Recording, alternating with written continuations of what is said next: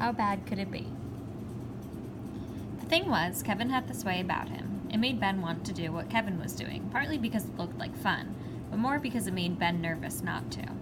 Just this morning at the bus stop, as a fall chill hung in the air, Kevin told Ben about his newest great idea. "When we get on the bus," Kevin said, "you sit next to that weird kid, the one nobody ever sits with." "Truman?" Ben asked. "Yeah, him. I'll take the seat across the way," Kevin continued. Ben looked down. He didn't like the sound of this already. He flicked at some dirt with the tip of his sneaker. It wasn't like Kevin was so big and tough or anything. He was smart, but he wasn't some genius mastermind. The truth was, Ben didn't really know why Kevin had so much power over him. All he knew was that Truman hadn't done anything to anyone. Truman was quiet. He was really good at art, and he kept mostly to himself. Ben didn't agree, but he didn't refuse, hoping that maybe Kevin would forget about his idea by the time the bus came. But of course, he didn't. "Oh man, don't tell me you like Truman," Kevin said, as if that were the worst thing in the world. "No," Ben answered quickly. "Okay then, so when the bus makes that one sharp left, we both lean into Truman and squish him. Get it?" Ben got it. He just didn't feel like doing it. "That's dumb," Ben told Kevin. And when they got on the bus, Ben didn't sit down next to Truman. He knew it was a risk to ignore Kevin's instructions, but how bad could it be? Instead, Ben sat like he always did next to Kevin, and Kevin didn't say anything more about his Truman squishing idea. See? No big deal.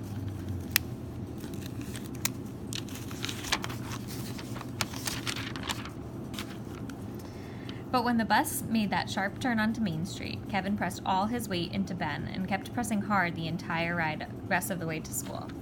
"What did you do that for?" Ben asked Kevin as they stepped off. "I don't know what you're talking about," Kevin answered. Ben rubbed his shoulder, but it wasn't worth getting into a fight. It was over. The bell rang and they both headed off to their classrooms. Ben didn't see Kevin again until the third period art, and wouldn't you know it, Truman was at the table right in front of Kevin and Ben. "Well, it's Halloween next week," Mr. Caleb, the art teacher, announced. He walked around between the tall art tables and stools. "And your grade is in charge of this season's hall decorations." Art wasn't Ben's best subject, but he really liked Mr. Caleb. Everyone liked Mr. Caleb. It was the way he listened like he was really interested, the way he helped kids with their work. So even if you weren't the best at drawing, your project came out looking pretty good. Mr. Caleb never got mad at anyone for no reason, and he never raised his voice, even if he was angry. "So make sure you give your best effort," Mr. Caleb went on. "These will be on display for the whole school." Truman was already busy standing over his table, putting the finishing touches on last week's art project. Ben knew Truman's pumpkin face would be one of the best. "Hey, peanut boy," Kevin leaned forward and said when Mr. Caleb was searching in the supply cabinet. Everyone knew that besides being really good in art, Truman had a serious peanut allergy. "Want a Snickers bar?" Truman didn't hear, or pretended he didn't. But either way, he didn't answer. Luckily, at that moment, Mr. Caleb turned back around, holding an armload of floppy orange construction paper. Ben had seen the other fifth-grade class's giant pumpkin faces, the triangle eyes and the black accordion legs and arms dangling down, hanging in the hall outside the art room. It would be hard to mess up, but still, he wanted his pumpkin to look good. His name would be on it. "Oh, shoot," Mr. Caleb said. He stood at the front of the classroom. "I forgot the template. I must have left it in the main office." He pressed start on his CD player. "I'll be right back. No one leave their table." Classical music filled the room. Mr. Caleb would most likely return in less than a minute, but that was more than enough time for Kevin to start in on Truman again. "Hey, Ben, what do you say we go trick-or-treating with Truman this year? He'd probably have to give us all the candy he gets." Kevin poked Ben in the ribs with his elbow. "Or maybe he still goes with his mommy so she can make sure he doesn't eat any of it." Truman didn't even turn around. Again, Kevin poked Ben, but this time he didn't say anything out loud. Instead, he used his gaze to point at Truman's empty stool as Mr. Caleb walked back into the room. Ben knew exactly what Kevin was saying with his eyes. Boys pulled seats out from under other kids all the time. It was hilarious. Just as some poor kid was bending his knees, leaning back, letting his weight go, another boy yanked the seat away, and boom. Everyone would laugh. No harm done. "Okay, I'm back." Mr. Caleb held up the happy pumpkin face template. "Exactly where I left it." Kevin signaled to Ben. "Everyone can take their seats now," Mr. Caleb said. "Do it," Kevin whispered to Ben. There was no time to think. At the exact moment Mr. Caleb turned his back to pick up the stack of orange construction paper, at the exact moment Truman looked like he was about to sit, Ben stepped forward and pulled Truman's seat away. It all happened so fast. Truman didn't fall backward like he was supposed to, landing hard and unhurt on his bottom. He fell forward. Everybody in the class turned to the sound of two heavy thuds. One as Truman's face hit the edge of the art table, and another when he landed on the ground. No one was laughing. Truman stood up slowly. "See, he's okay," Ben told himself, and he thought he might be able to start breathing again until someone yelled out, "Oh, look, he's bleeding!" Mr. Caleb dropped all the orange papers on the floor and rushed over. Blood was coming from Truman's mouth. "This is it. I'm finished," Ben thought. "I'm going to be in trouble for the rest of my life." "Truman," Mr. Caleb said, "are you all right?" Truman nodded, holding his hand over his nose and chin. Then Mr. Caleb looked right at Kevin and Ben. "What happened?" Ben felt sick. Mr. Caleb knew what had happened. He was nice, but that didn't mean he was stupid.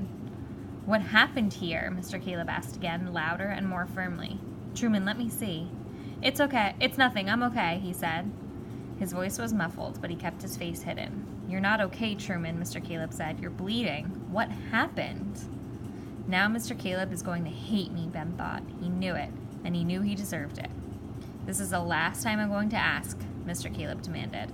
There was a long silence, and then Truman answered. "I slipped." Blood was starting to drip past his fingers and onto his chin. It probably hurt pretty bad, too. "I'm fine," Truman said. "You need to go to the nurse. Now," Mr. Caleb said. He turned to the class. "Does anyone want to accompany Truman?" It was usually a girl. Girls always wanted to walk to the nurse's office. But Ben threw up his hand in the air before anyone else could. "I do, I will, I want to," he practically shouted.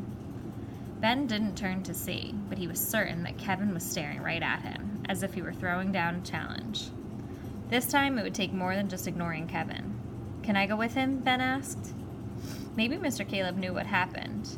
Then again, maybe he didn't. But if there was second chances, Ben wanted one. Mr. Caleb looked at Truman. "Well, if that's okay with you," Truman nodded. "Okay, then go." "Go." Mr. Caleb handed Ben some folded paper towels and sent them out into the hall. Ben could have sworn he heard the classical music swell up dramatically, just like in the movies, as he and Truman stepped out of the art room.